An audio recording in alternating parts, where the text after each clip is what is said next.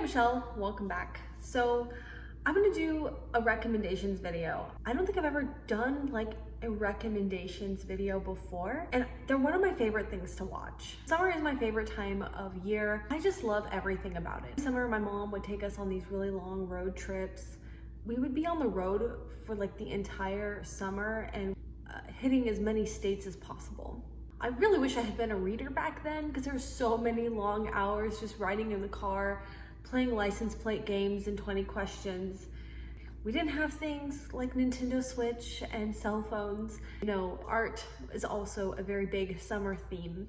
Otherwise, at home in California where I grew up, we would spend the summer riding bikes and playing in the garden hose and exploring. We would forage for different like edible plants. Also, we did a lot of camping and hiking. My mom was really into the outdoors and hiking a lot. So outdoors and nature is a huge theme.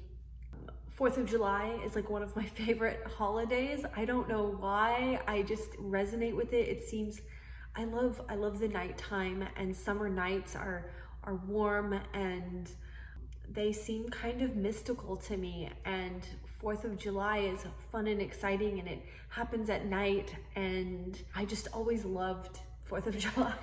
Maybe that's kind of odd, but it's just, for me, there's like a thrill of the nighttime. So the way I have organized this collection of books are broken up into summery themes. So I think I have a little bit of everything, something for everybody. And the first one is the sea and the beach. The first one is the whole series, the Seafire series by Natalie C. Parker. It is a trilogy. This is a young adult trilogy that follows a group of female pirates. They actually live in this dystopian world, and I would say that it's futuristic. But it's really just kind of its own weird thing. The ships that they sail are really unique and use like this technology to run. It's really fast paced. There's really fun characters. There is found family. And I just really love this series a lot. It's really adventurous, but it also handles some tough topics as well, like drug addiction. It's also really light on the love and romance spectrum. Like, there's really not any to speak of who are frankly just sick of summer romance recommendations. The next book I have to recommend is Fable by Adrienne Young. This is also set on a ship at sea, but it is not a pirate book. It's really beautifully written. It's another fast-paced, adventurous book with some magical realism. There's just like a hint of magic. Again, it's really light on the romance, but it's really cute. The dash that they threw in there is actually really sweet and cute. It is actually the first in a series, and I think I definitely need to add the sequel to my TBR, but I haven't quite got around to it yet. Fable, our main character, we meet her at the beginning of the book. She has been stranded on this island, and she is trying to earn enough money by diving for this mineral that she can then sell and buy passage off. And her goal is to find her dad. It's very good. The next one is actually a adult, and it's a short story collection. It is called The Shell Collector by Anthony Doerr. I actually brought this book with me on our trip to Jamaica last year. And I have to be honest, I think that the collection as a whole is okay. 3 of the stories in there, I think, were all kind of centered around fishing, which were probably my least favorite. My favorite of the entire collection is The Shell Collector, the namesake story, and it is so good. If you only read that story, like, do yourself a favor and read it. Anthony Doerr is a wonderful writer. I really love the way he writes nature.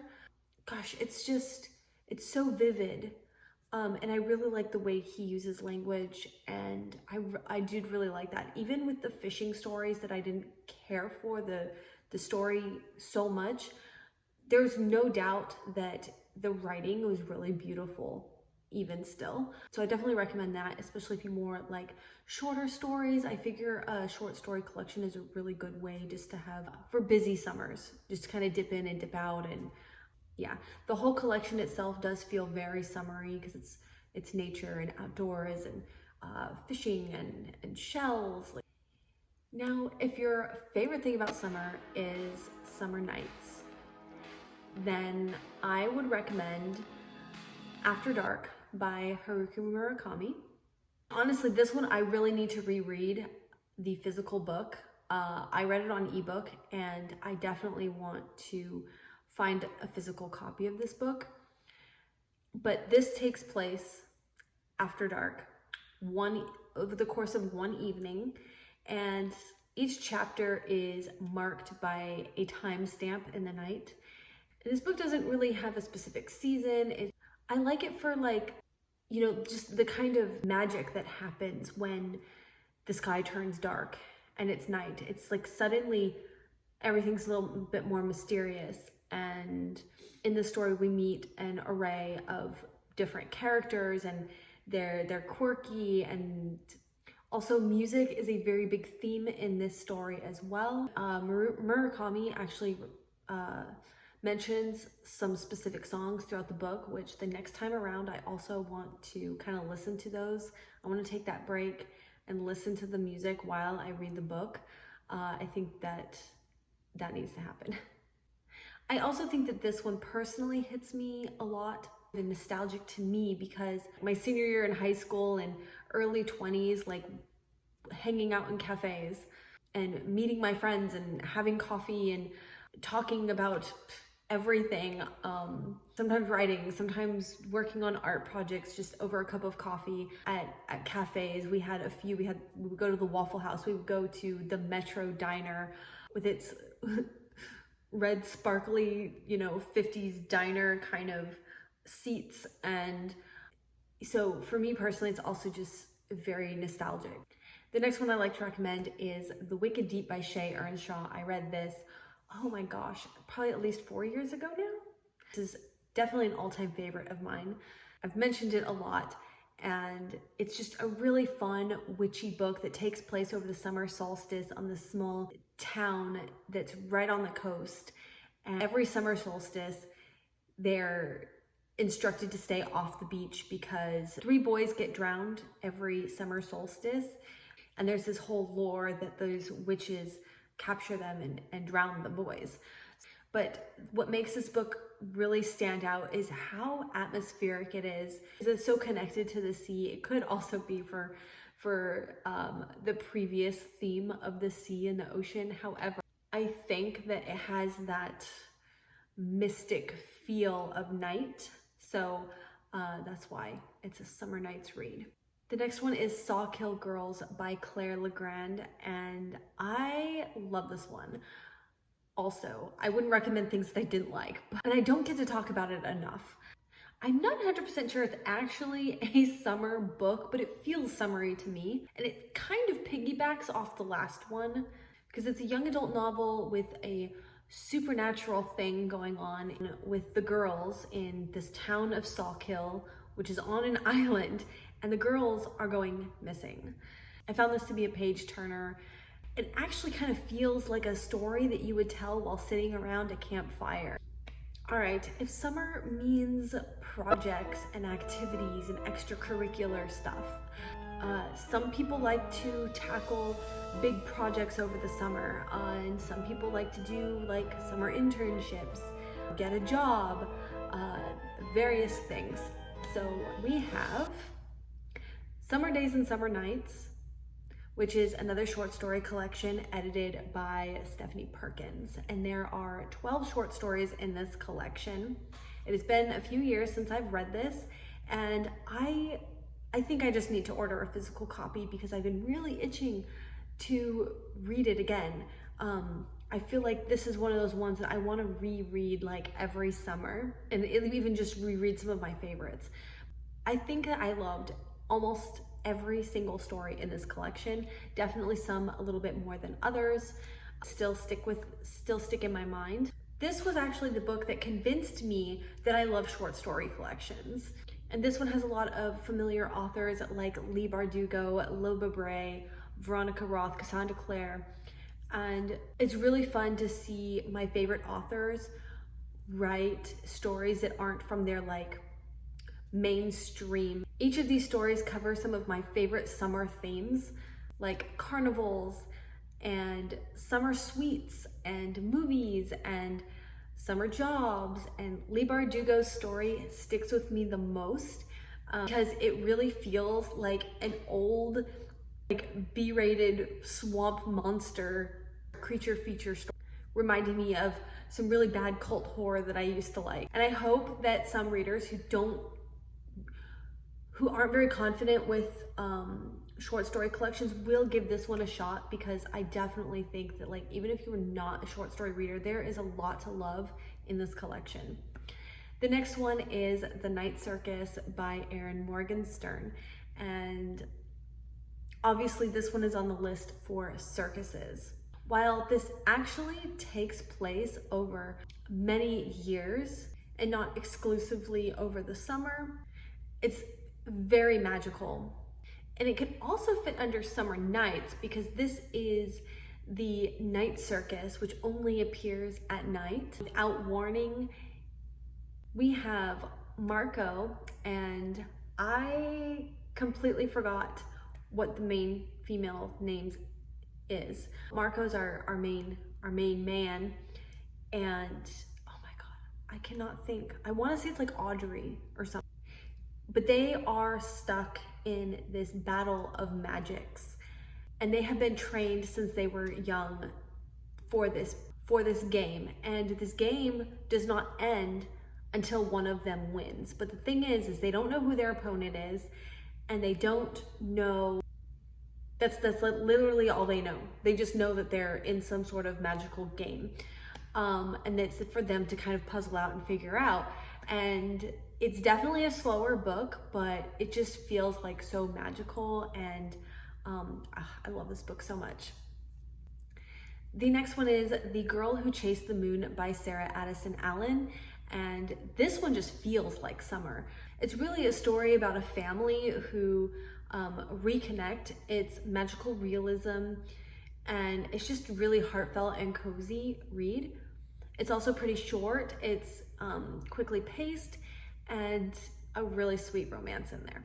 The last one for this category is The Curiosities by Susan Gloss. And I read this, oh my gosh, a long time ago. And if you like a good cry, you're gonna cry. Forewarning.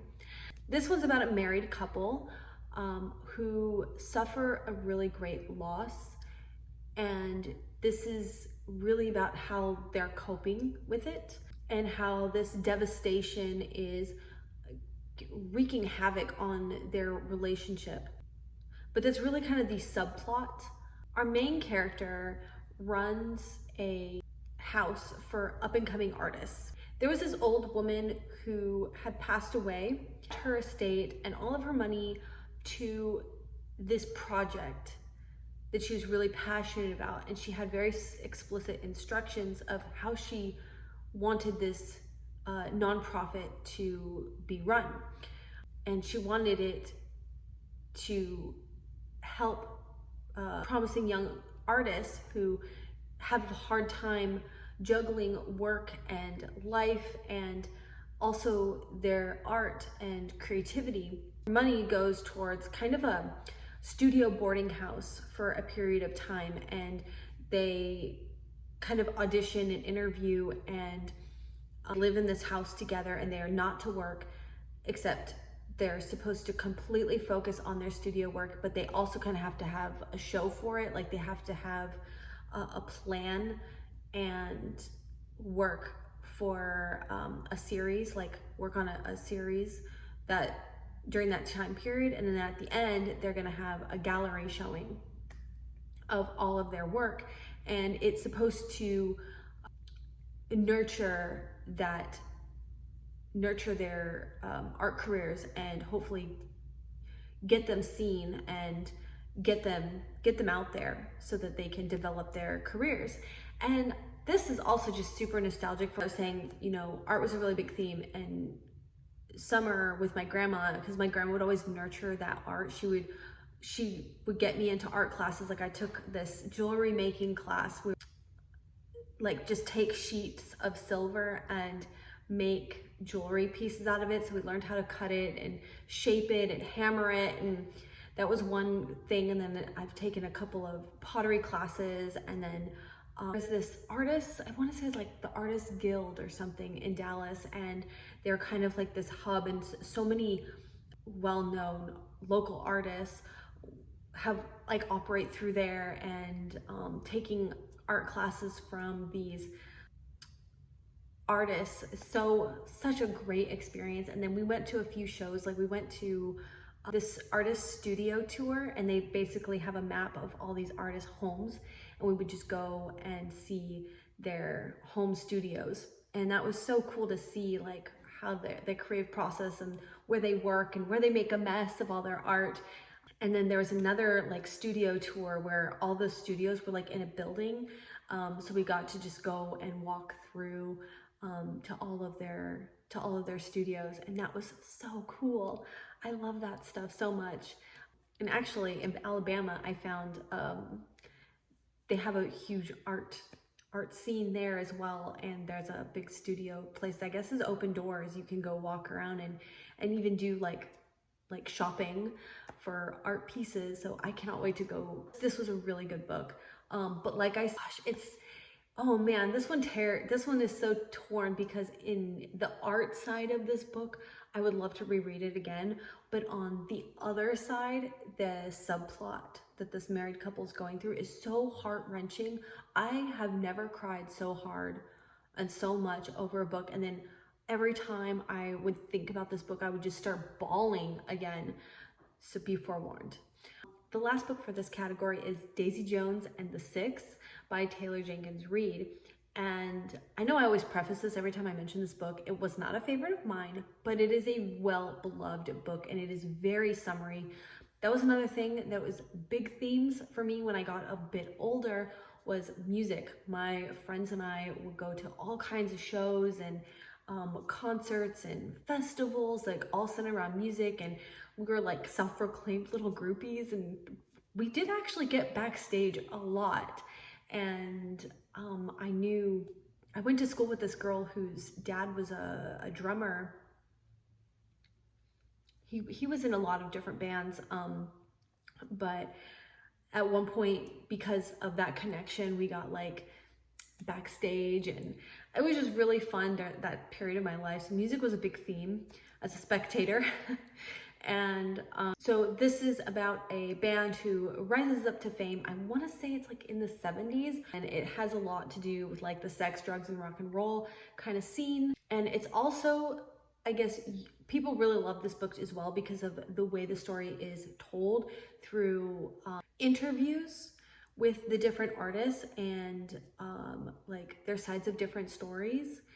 So I definitely think that it's very interesting. Or is it podcasts? There was another one I read that was podcasts. Anyways, so yeah, there's that one. If you want something that's going to remind you of childhood, I recommend Dress Your Family in Corduroy by David Sedaris.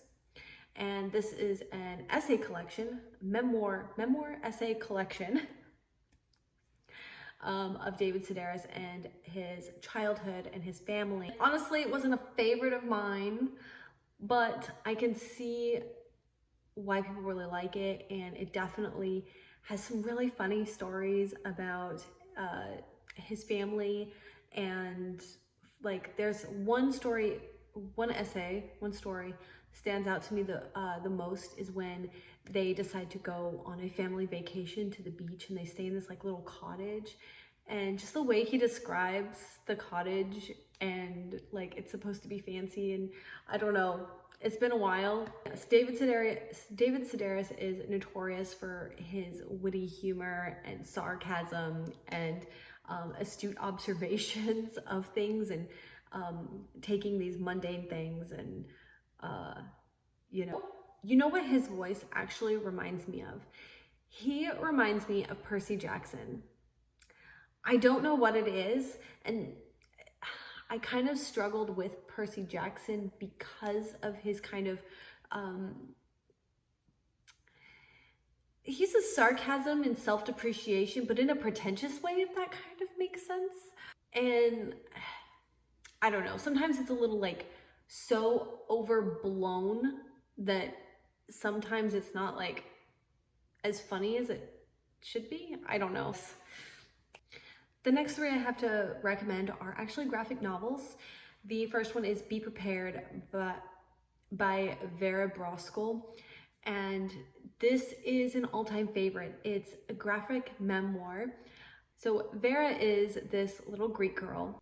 She desperately just wants to belong. So the girls at school are all going to this summer camp. And so of course she begs her mom she wants to go too.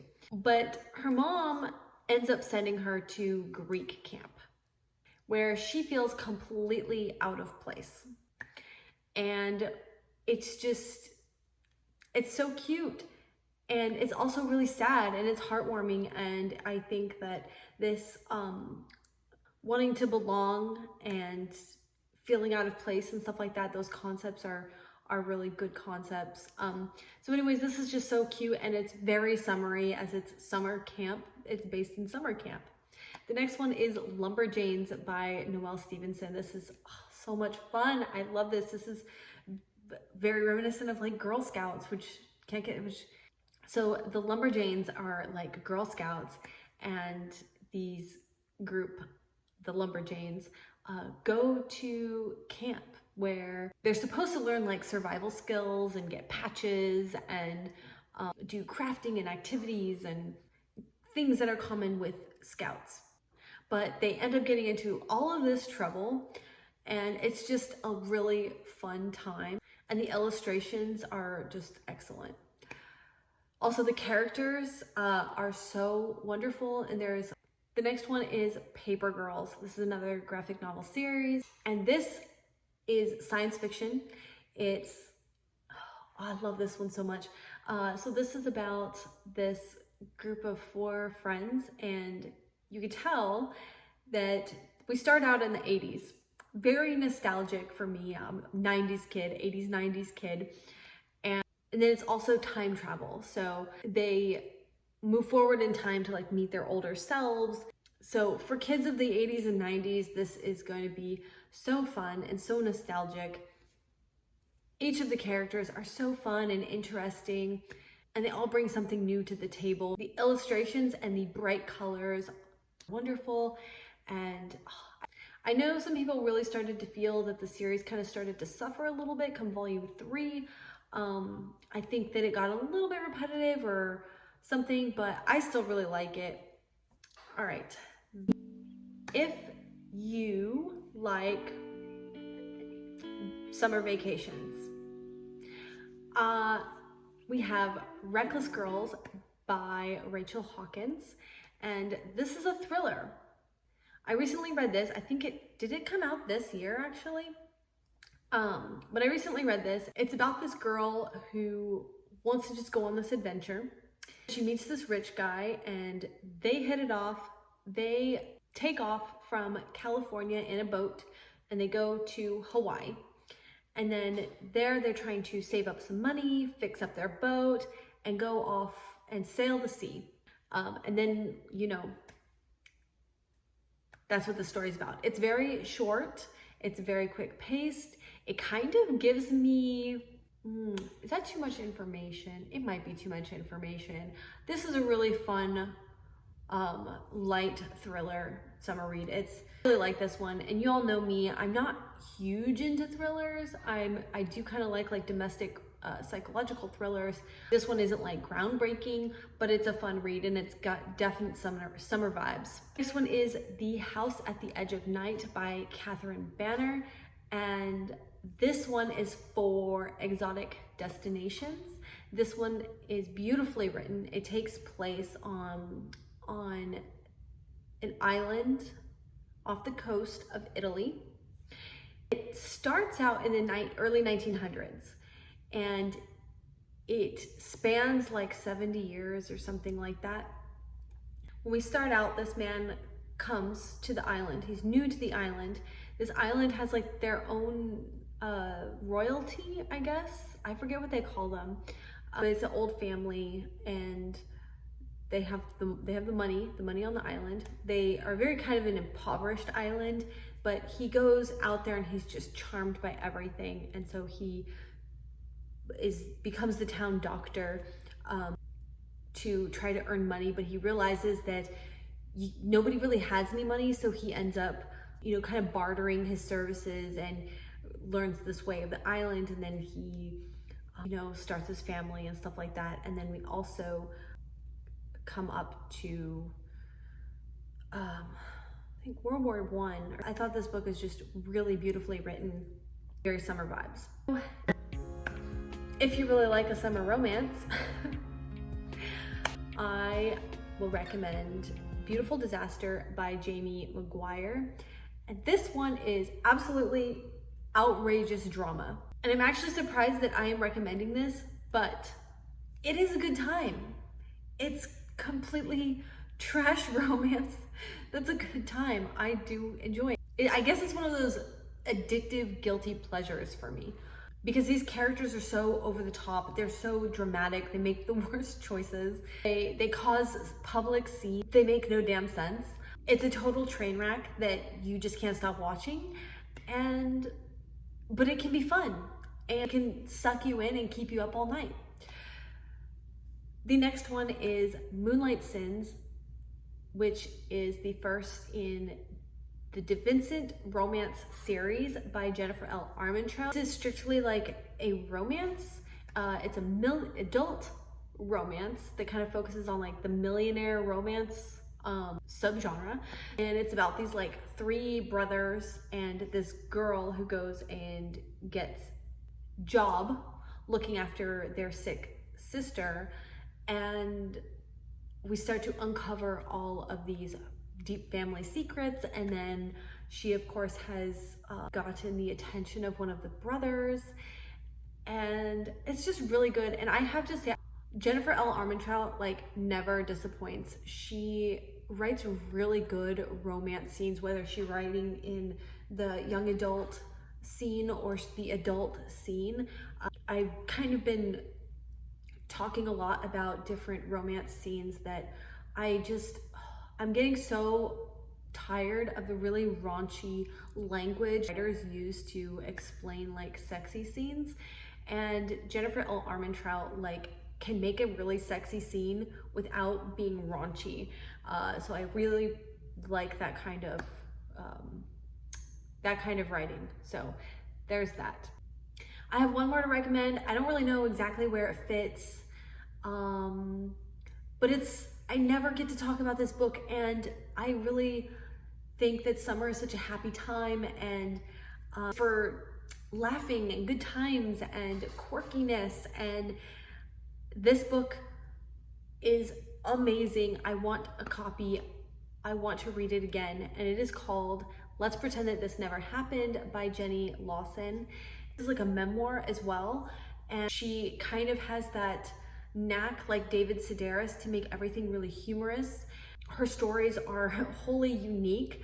Her dad was a taxidermist, and the stories that come out of that whole experience are horrifying and so hilarious. I have never laughed so hard. Also, she also struggles with some mental health issues like depression and stuff like that. Just, oh my God, this book. I cannot recommend it enough. It's amazing. And be prepared if you're reading in public. You are going to laugh out loud and people are gonna look at you like you're crazy. Oh, in my notes, here's how I described this book. I said, it's like David Sedaris meets Vonnegut, but on crack. I think that's a fair assessment. And I'm finally so excited that I get to share this book. There's my alarm. It's 9:30. And I'm finally so excited that I get to share this book and please go read it. I guess that's all. Thank you so much for watching. Bye.